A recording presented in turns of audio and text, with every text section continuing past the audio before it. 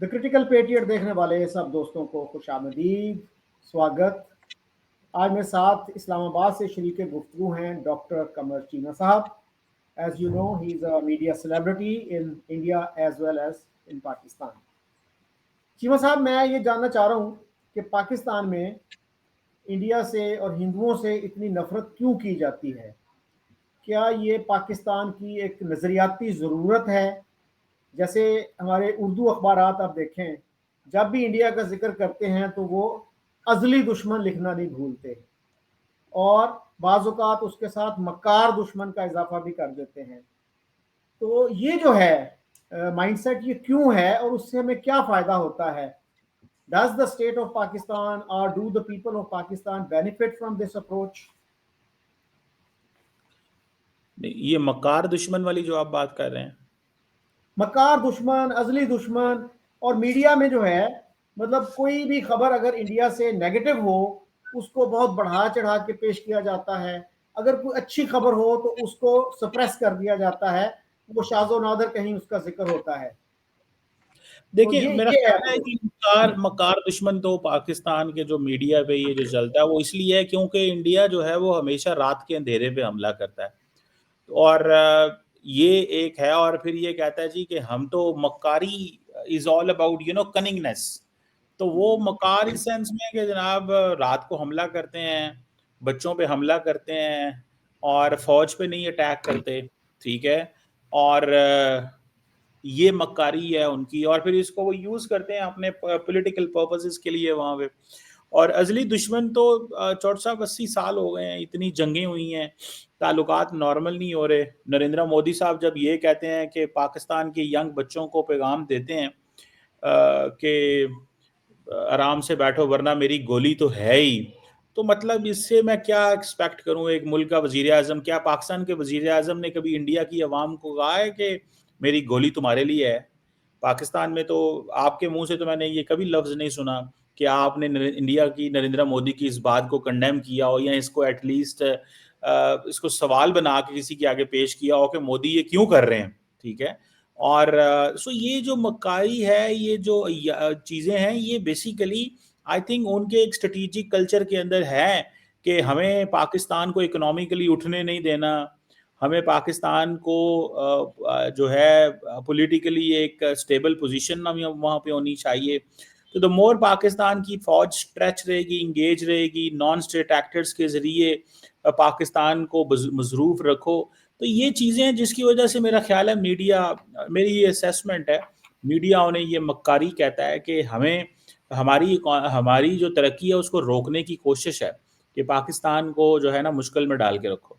जी अच्छा चीमा साहब, ये तो आज की बातें आप कर रहे हैं ना जी, कि नरेंद्र मोदी ये कर रहे हैं, नरेंद्र मोदी वो कर रहे हैं। तो सर 2014 से पहले बहुत से लोग हैं पाकिस्तान में, वो ये कहते हैं जी कि जब तक नरेंद्र मोदी हैं ये ताल्लुकात ठीक नहीं हो सकते। तो sir, this history did not start in 2014। क्या उससे पहले दूध और शहद की नहरें बह रही थी दोनों मुल्कों के दरमियान?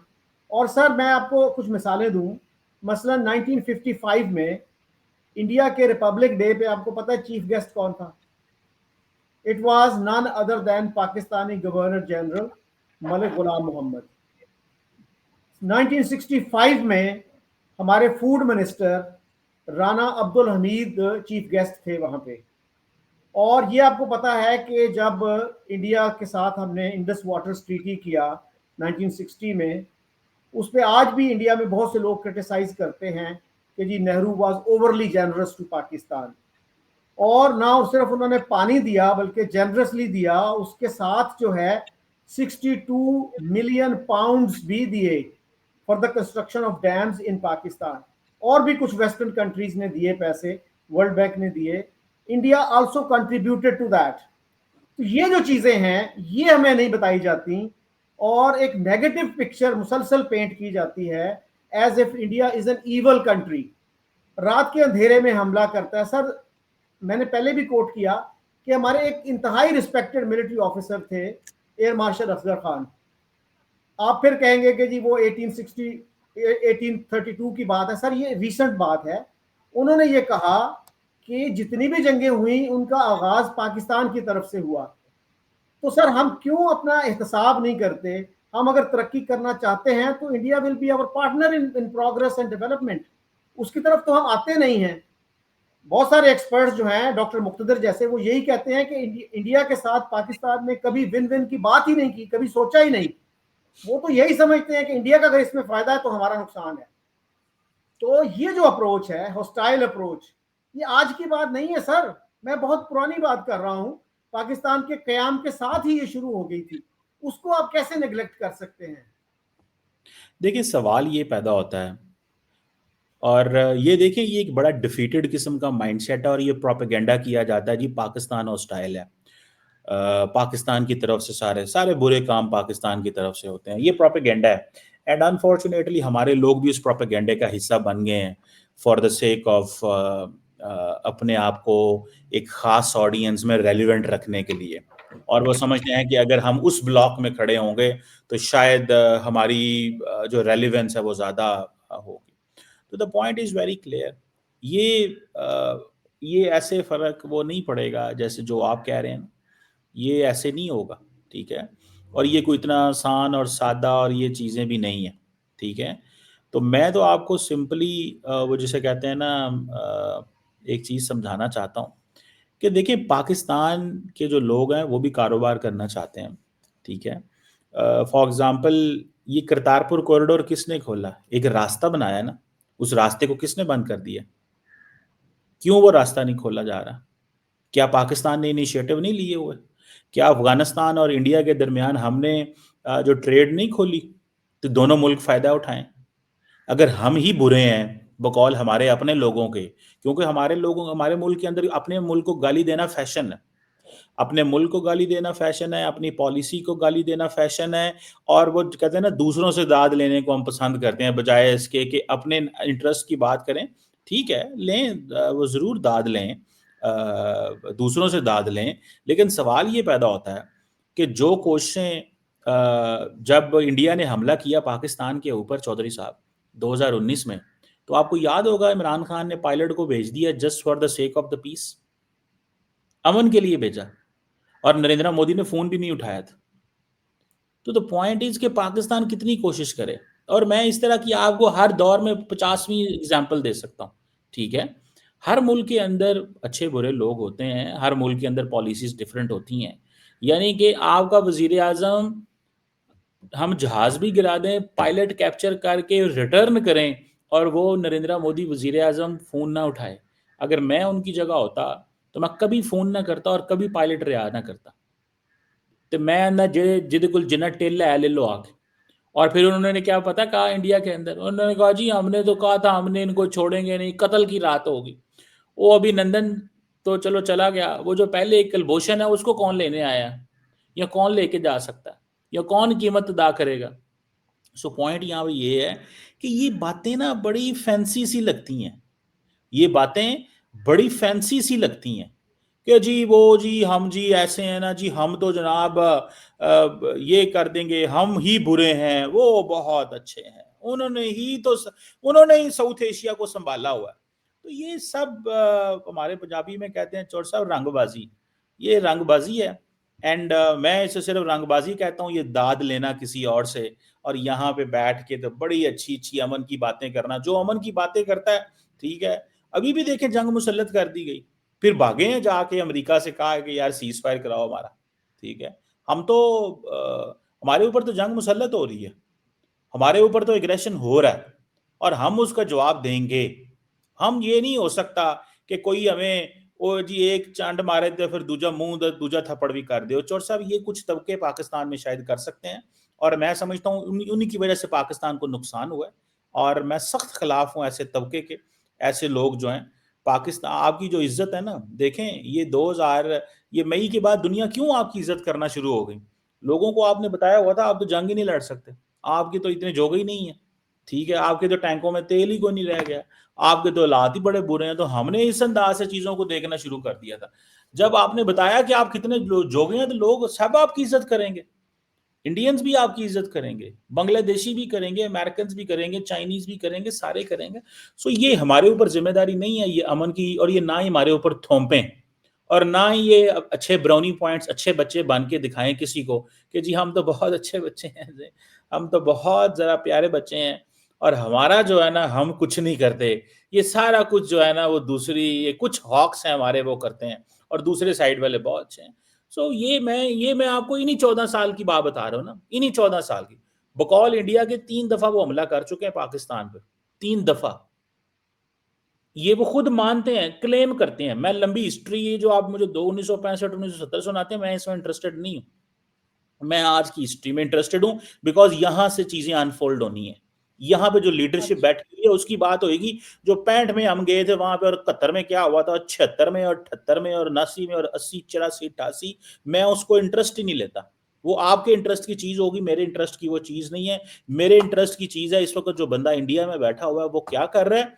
वो 3 दफा पाकिस्तान पे हमला कर चुका है, ठीक है। और अगली दफा उन्होंने जब चौथी दफा करना है तो चौथ साहब एक बड़ा बड़ा तमाशा लग जाना है, मैं आपको बात बताऊं। तो ये मसला। साहब आपने ये कहा कि कुछ पाकिस्तानी इंडियन प्रोपेगेंडे का हिस्सा बन गए, तो क्या एयर मार्शल असगर खान जो थे, was he an Indian propagandist, or was he an honorable military officer? यार एयर मार्शल अरशद खान कौन है ये? वो बहुत पहले की बात है यार, क्या बातें कर रहे हैं आप?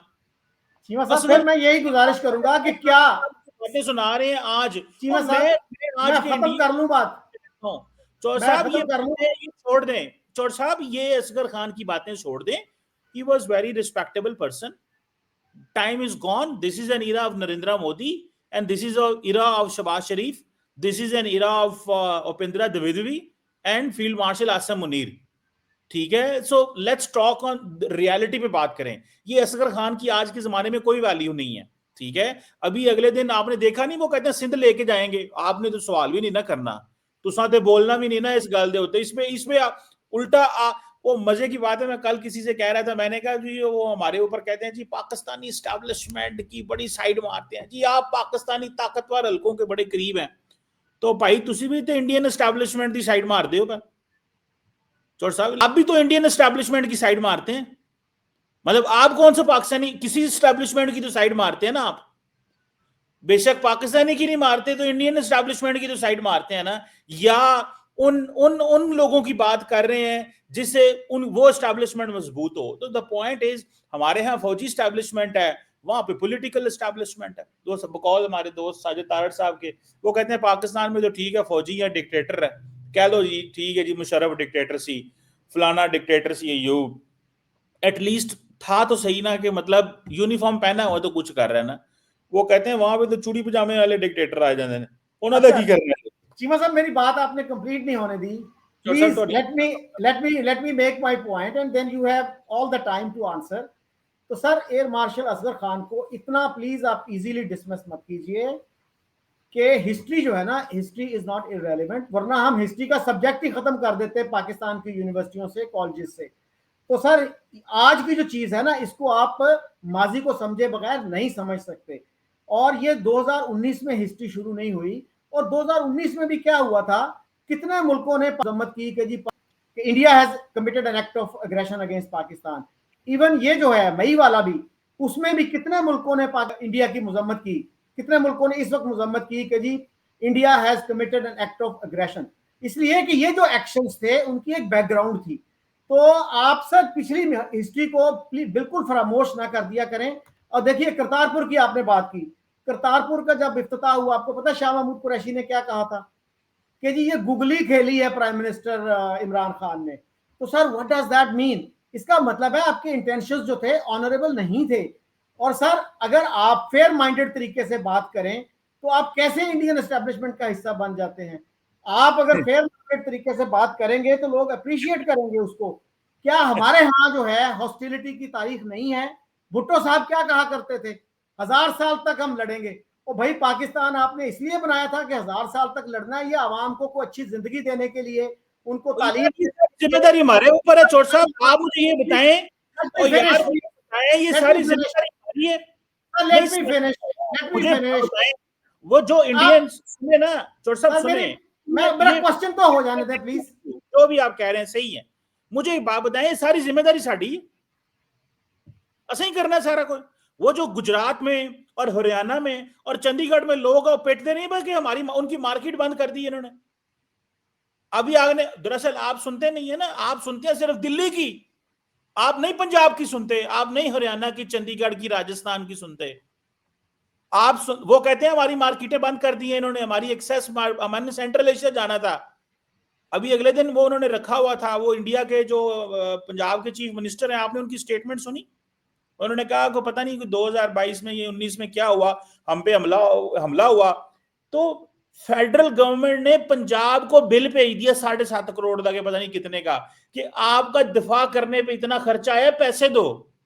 तो इंडियन प्राइम मिनिस्टर, पंजाब का वो जो सीएम है भगवत मान, उसने कहा कि मैं क्या महाराज, असा तो कादे पैसे देने ने, ये असी तो रेंट देना है, ये रेंट दे असी तुहाडे कोल फौज लईए, और हमारे ही लड़के हैं, हमारे लिए लड़ते हैं, और आप जो है हमसे पैसे मांगते हैं।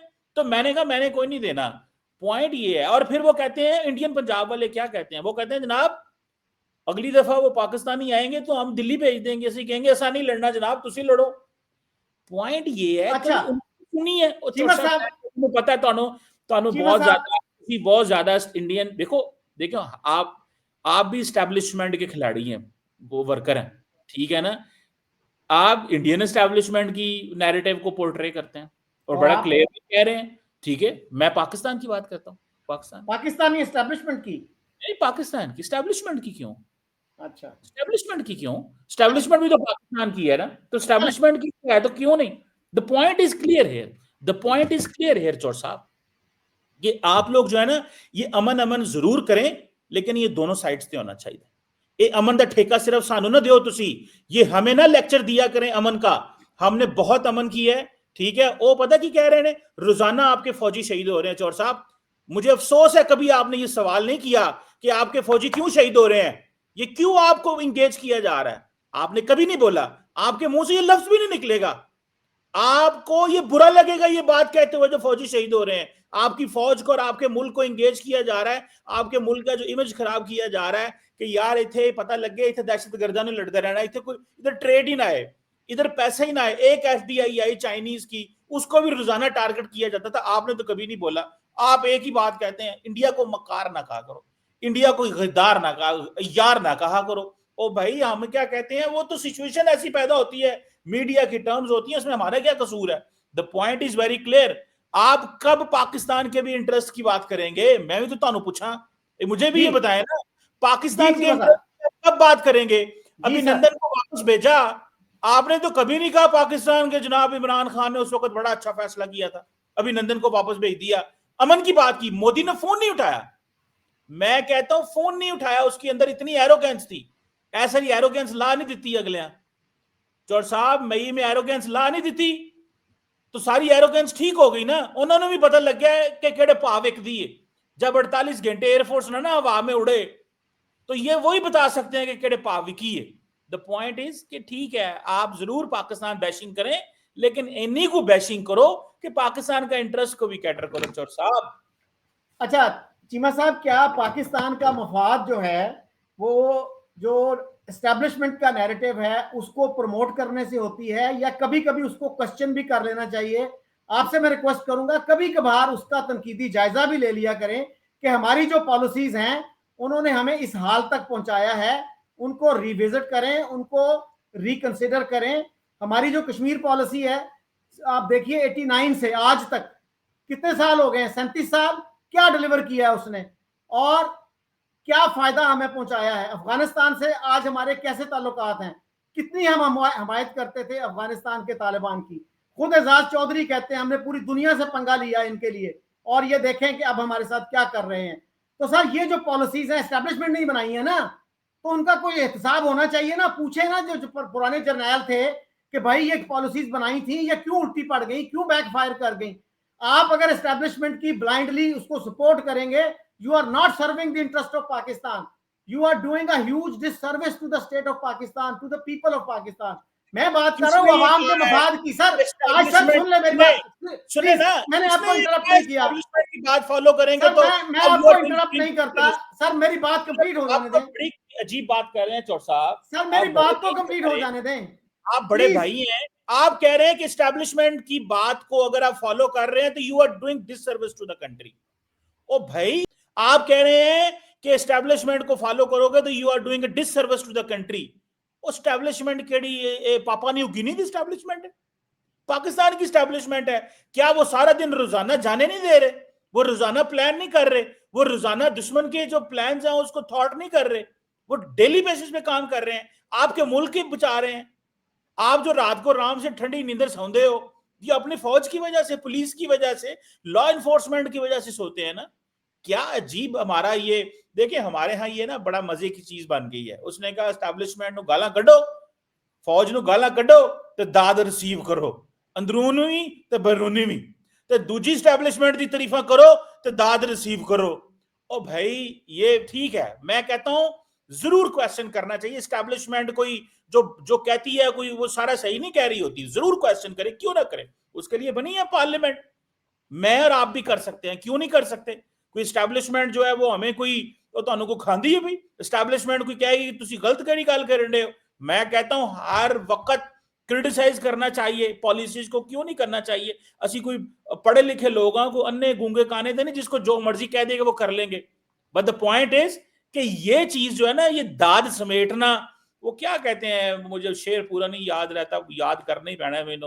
वो दुश्मन से दाद ले, पता नहीं कोई समेट ले, वो कुछ इस चीज क्या, गुजारिश आप सुन लें, उस सरफरोश को पता नहीं क्या हो जाना चाहिए।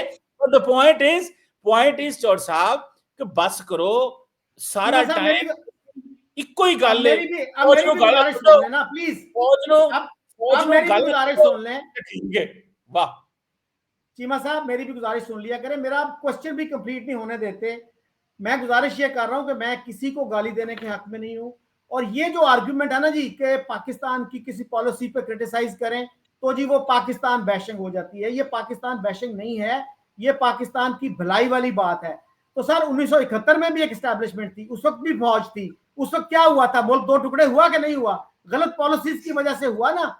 आई रहमान ने कहा था कि हमने लाहौर में एक कैंपेन शुरू की, सिग्नेचर कैंपेन, कि भाई ये ईस्ट पाकिस्तान का इशू एक पॉलिटिकल इशू है, इसको पॉलिटिकल तरीके से हल किया जाए। कहता लाहौर जैसे शहर में 50 लोग हमें नहीं मिले थे साइन करने वाले, इतना एंटी इंडियन जो था, बुखार था लोगों को चढ़ा हुआ, इतना ज्यादा एंटी इंडियन सेंटिमेंट था। तो सर ये जो है ना चीजें, ये आपको देखना पड़ेगा, हमारी कश्मीर पॉलिसी क्यों नाकाम हुई, हमारी अफगान पॉलिसी क्यों नाकाम हुई, और कौन बनाता था ये पॉलिसी। क्यों आप कहते हैं जी उनकी पॉलिसीज भी गलत हो सकती है, तो हमें पॉइंट आउट करें ना, क्या गलती की, किसने गलती की, किसने पॉलिसी बनाई थी। क्यों नहीं पार्लियामेंट पूछती उनसे, क्यों मीडिया क्वेश्चन नहीं करता उनको कि क्यों हमारी ये पॉलिसीज जो है नाकाम हो रही हैं। आज क्यों बलोचिस्तान जल रहा है, क्यों NWFP और खैबर पख्तूनख्वा में ये हालात बने हुए हैं। और आपको पता है कि बलोचिस्तान का इशू कैसे पैदा हुआ था। खुद मैंने जमाली साहब से सुना, जो फॉर्मर प्राइम मिनिस्टर हैं, कि मैं जनरल मुशर्रफ के पास गया, मैंने कहा सर आप 1 मिनट की कॉल कर दें भुगती को, I assure you he will be in Islamabad tomorrow and we will sort it out. Musharraf refuse to make one phone call. तो सर ये हमारा रिकॉर्ड है, इस पे हम नजर नहीं डालेंगे जब तक इन गलतियों की निशानदेही नहीं करेंगे, हालात बेहतर नहीं होंगे। पेट्रियटिज्म का मतलब ये नहीं है कि ब्लाइंडली फॉलो करें जो पॉलिसीज आपको एस्टैब्लिशमेंट ने बना के दे दी हैं। Sir please use your critical faculties, do some introspection. Sir जी गल वे, अगर तो आप ये समझते हैं कि मुशर्रफ की एक कॉल से भुगटी ये मामलात सारे जो ठीक है हो जाते, तो आप क्या फौज को इरेशनल समझते हैं? फौज को आप इरेशनल समझते हैं, या आप समझते हैं कि वो जो जनरल्स वहां पे बैठे हुए हैं उन्हें तो दिमाग नहीं काम करता? मतलब आप अगर ये सोच के बैठे हुए हैं कि 4 तुसा किताबां हिस्ट्री के 10 रेफरेंस दे के you are more analytical and your faculties are working better than the other people, तो देन मेरा ख्याल है फिर अस्सलाम वालेकुम कर लीजिए। मतलब आप अपने आप को कुल, द पॉइंट इज कि मुझे और आपको तो पूरी सिचुएशन का भी नहीं पता ऑन ग्राउंड क्या चैलेंजेस हैं। मैं अगले दिन एक पता नहीं कहां पे बात कर रहा था, मैंने कहा यार हमारे दोस्त जो बलोचिस्तान में है वो बताते हैं हमें, वो समझते हैं कि इसी सारे पाकिस्तान के मेहमान है, मतलब नोबडी वांट्स टू वर्क, मैं it's not a good example to give, but even if it is a good example, मैं अक्सर कहता हूं कि जी पंजाब से और खैबर पख्तूनख्वा से लोग डंकियां लगा के यूरोप पहुंच गए।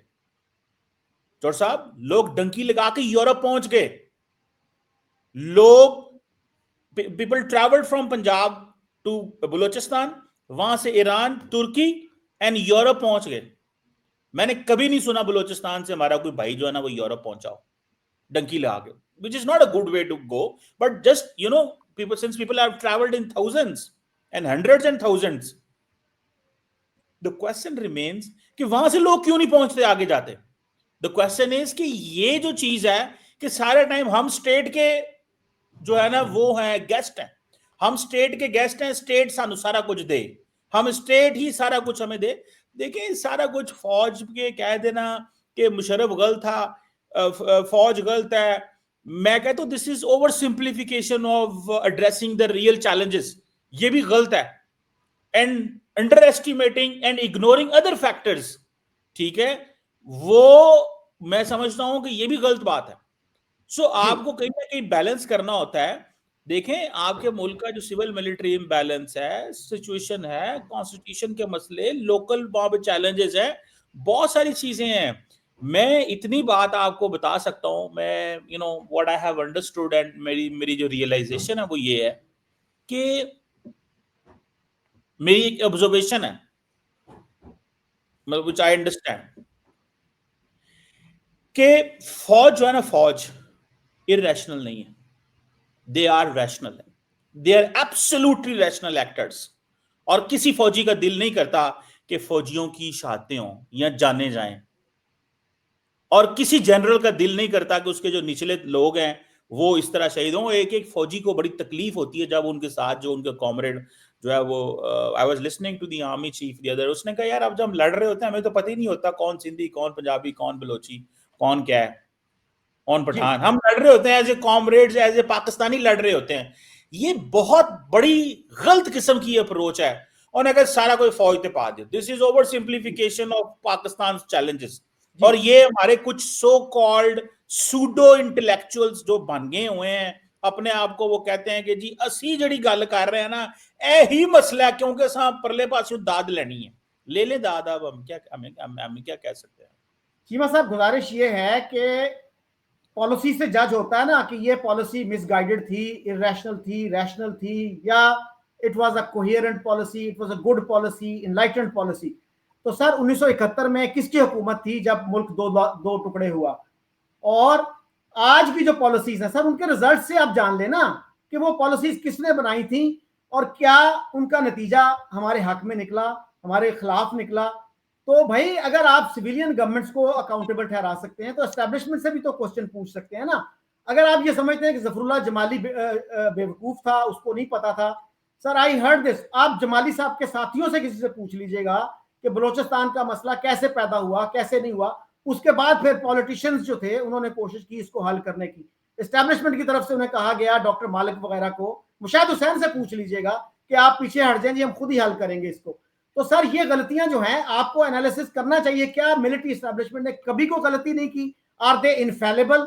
आपने कहा जी वो रैशनल है, तो मुझे बताइए 1970 की जो पॉलिसी थी कि हमने इक्तदार नहीं देना अवामी लीग को और वहां पे जो है मिलिट्री एक्शन करना है, उसका क्या फायदा हुआ मुल्क को? जालिब ने क्या कहा था, मोहब्बत गोलियों से बो रहे हो, वतन का चेहरा खून से धो रहे हो, गुमा तुमको कि रास्ता कट रहा है, यकीन मुझको कि मंजिल खो रहे हो। तो सर ये हमारे सामने है सारे रिजल्ट। अब भी हम ये कहते रहेंगे एस्टेब्लिशमेंट जो है वो बड़ी रैशनल है, भाई रैशनल है तो उसकी पॉलिसीज भी तो रैशनल होनी चाहिए, इनलाइटेंड होनी चाहिए, मिसगाइडेड नहीं होनी चाहिए। That is only my request. और मैं पाकिस्तान बैशिंग जो है ना सर, ये this is a very propaganda term. Criticism और बैशिंग में क्या फर्क है? क्रिटिसिज्म आप समझते हैं जी वो जायज है, बैशिंग क्या होती है? What is the difference between bashing and criticism? Please enlighten me on that. Bashing ये है, जो मैं अपनी एक मोटी सी अकल में जटबूट अंदाज में ये कहूं कि आपने सारा टाइम पाकिस्तान के मसले ढूंढने हैं। आपने जो 14 साल में, इन 12 सालों में पाकिस्तान पे एग्रेशन हो रहा है, तुसी गलती नहीं फाइंड कर रहे दूसरी पार्टी की, तुसी कह रहे ਤੁਹਾਡੇ ਕਸੂਰ ਨੇ ਪਾਏ और आपको जब आर्गुमेंट नहीं मिलता तो फिर आप जाके असगर खान के पीछे छुप जाते हैं, आप जाके कभी किसी और के पीछे छुप जाते हैं, आप जाके जूनागढ़ की बातें ले आते हैं, क्योंकि आप मौजूदा सिचुएशन पे, जब आपका सिटिंग डिफेंस मिनिस्टर भारत से कह रहा हो कि हम जाके कराची सिंध अपने साथ में ला लेंगे, आपके मुंह से तो लफ्ज नहीं निकलता उनके बारे में। आपके चौर साहब, आपके समेत बहुत सारे और होंगे, लफ्ज नहीं निकलता आपके मुंह से। आप तो बात नहीं करना पसंद करते, आप तो उनको क्वेश्चन नहीं करना पसंद करते।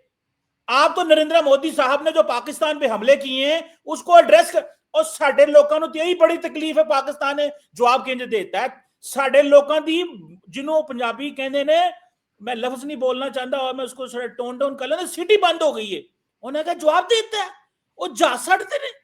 अभी ऐसे भी लोग हैं चौर साहब जो कह रहे हैं नहीं नहीं पता नहीं, वो इंडियंस कहते हैं जहाज नहीं फेंके, पता नहीं हो रहा है कि नहीं, पता नहीं है कि नहीं, पता नहीं, ए थोड़ा मॉडल है।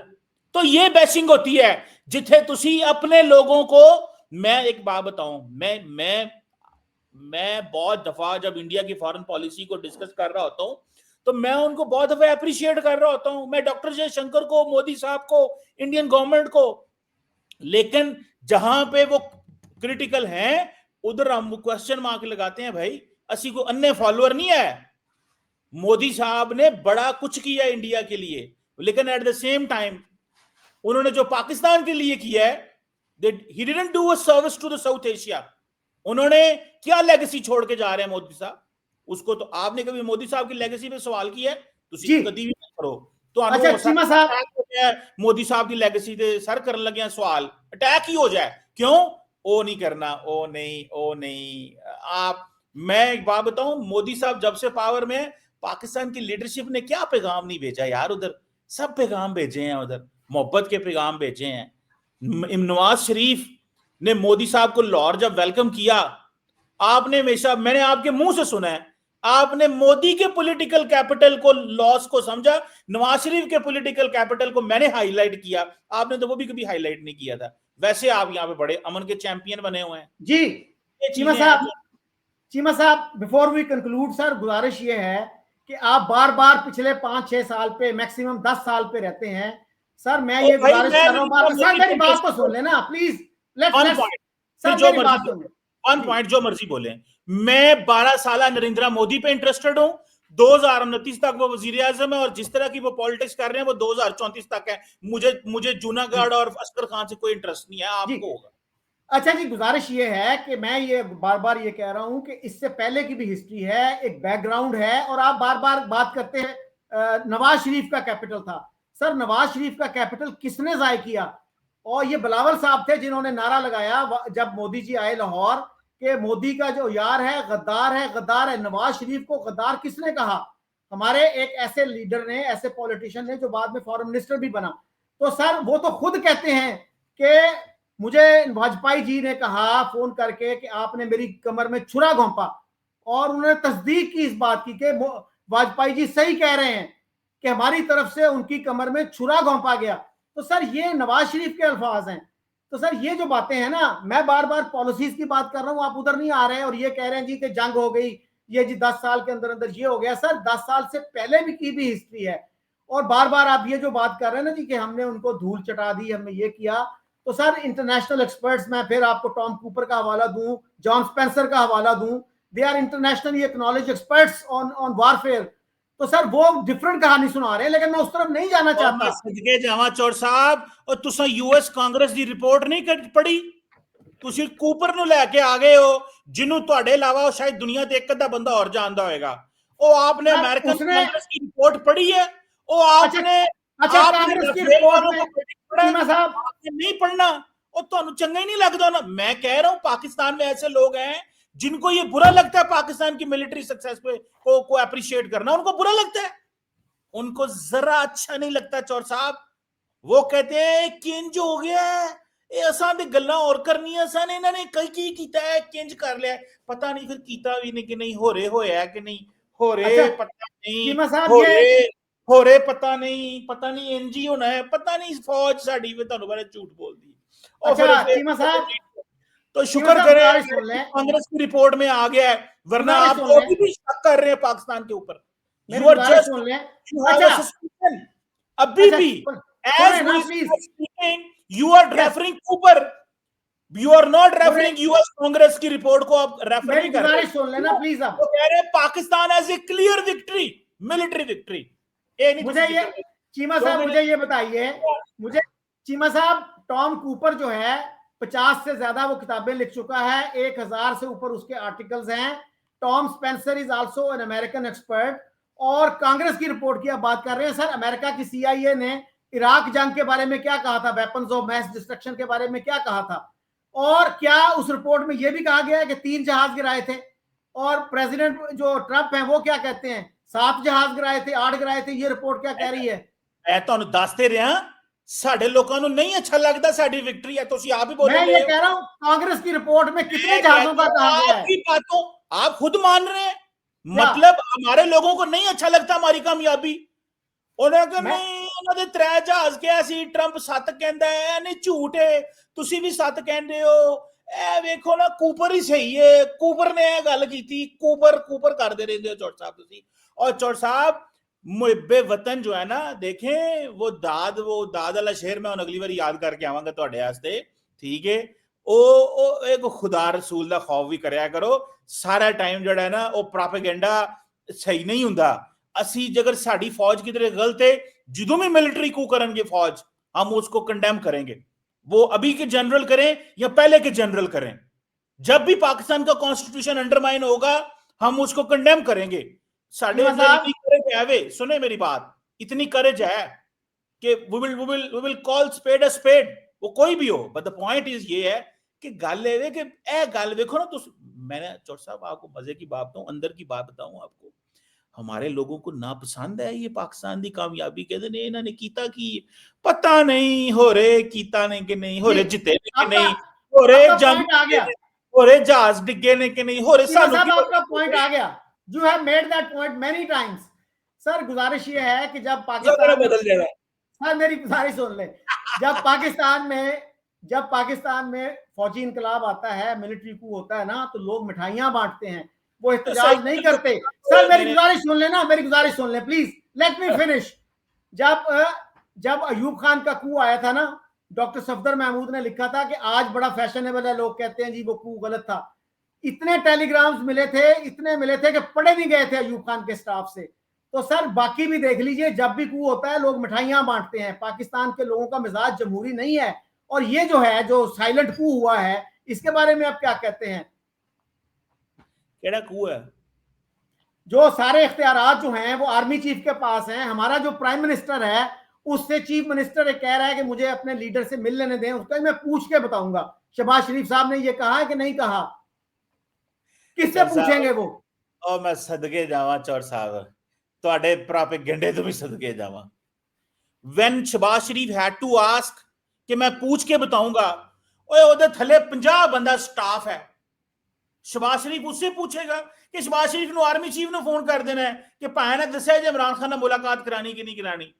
The prime minister of a country, he will talk to his military secretary, he will talk to his own secretaries, उसके 50 सेक्रेटरी हैं, उसको वो पूछेगा यार क्या मसला है ये। The question is, अगर उसने ये कहा मैं पूछ के बताऊंगा, how can you assume he will talk to the field marshal on this? अच्छा चीमा साहब नहीं है पूछने वाला, बताने वाला। चीमा साहब अब तो उसको कई हफ्ते हो गए हैं और आज तक जो है हमारे प्राइम मिनिस्टर ने नहीं बताया कि भाई आप मिल सकते हैं कि नहीं मिल सकते। और दूसरा सर जंग का जो आप बात कर रहे हैं ना बार बार कि हम जंग जीत गए, तो सर 16 दिसंबर 1971 के अखबार देख लीजिए, उससे भी आपको पता चलेगा कि पाकिस्तान जंग जीत रहा है। और सर मेरी बात तो सुन लेने मुश्किल पैदा हो रही है, मई दी जंग दी साडा कोई कसूर नहीं, मोदी साहब का कसूर है। ਤੁਹਾਡੇ ਕੋਲ ਚੰਗਾ ਕਰਦੇ 71 ਦਾ रेफरेंस ऐसी, ये रेफरेंस आपसे मोदी साहब ने खोया है। आपको तो अच्छा लगता है 71 का रेफरेंस देना कि पाकिस्तानी फौज ने वो थे जनाब ईस्ट पाकिस्तान अलहदा हो गया, आपको यही रेफरेंस अच्छा लगता है।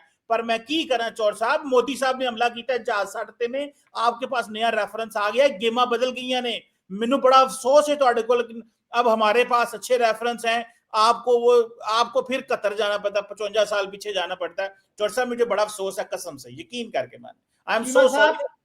चीमा साहब मैं गुजारिश ये कर रहा हूं कि हमारे यहाँ जो प्रोपेगेंडा किया जाता है ना, उस पर तनकीदी नजर डाला करें। 65 की जंग भी हम जीते थे, 1948 वाली, 47 वाली भी जीते थे, हम 71 वाली भी जीते थे। 16 दिसंबर के अखबार देख लें, उसमें हम जीत ही रहे थे। तो सर ये जो है ना, हमें रियलिस्टिक होना चाहिए, हमें जो है इतना जज्बाती नहीं होना चाहिए। मुल्क के मफाद का जो है ना, एक हमें डिस्पैशनेट जायजा लेना चाहिए, कौन सी पॉलिसीज जो है मुल्क के मफाद में है, कौन सी मुल्क के मफाद में नहीं है, उसी से मुल्क आगे जाएगा। वरना जो है मुल्क जो है जिन हालात में है, ये हालात बद से बदतर होते जाएंगे। So thank you very much for sparing time for this conversation. Thank you चौर साहब, आप हमारे बड़े हैं, थैंक यू वेरी मच।